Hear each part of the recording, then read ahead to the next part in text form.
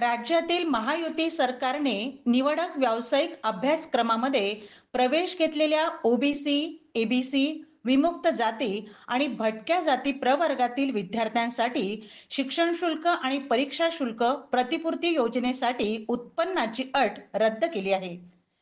त्यामुळे आता पालकांचे 8 लाखांपेक्षा आर्थिक उत्पन्न असलेल्या विद्यार्थ्यांनाही शैक्षणिक शुल्क प्रतिपूर्ती योजनेचा लाभ मिळणार आहे.